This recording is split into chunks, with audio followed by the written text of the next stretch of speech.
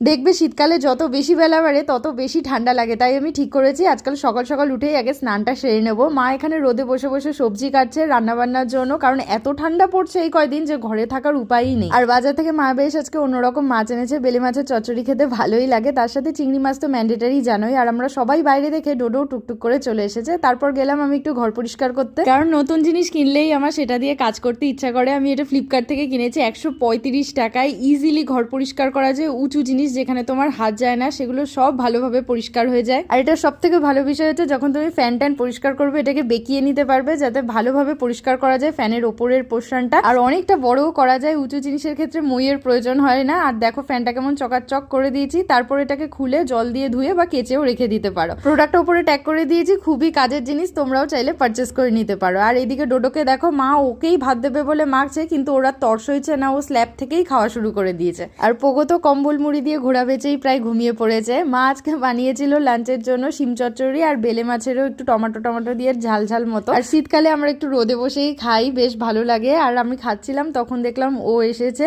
এসে মাত্রই তো ও ডোডোকে নিয়েই খেলা করা শুরু করে দেয়। তো আজকের দিনটা এভাবেই কাটালাম, দেখা হচ্ছে আবার নেক্সট ব্লগে। Thanks for watching.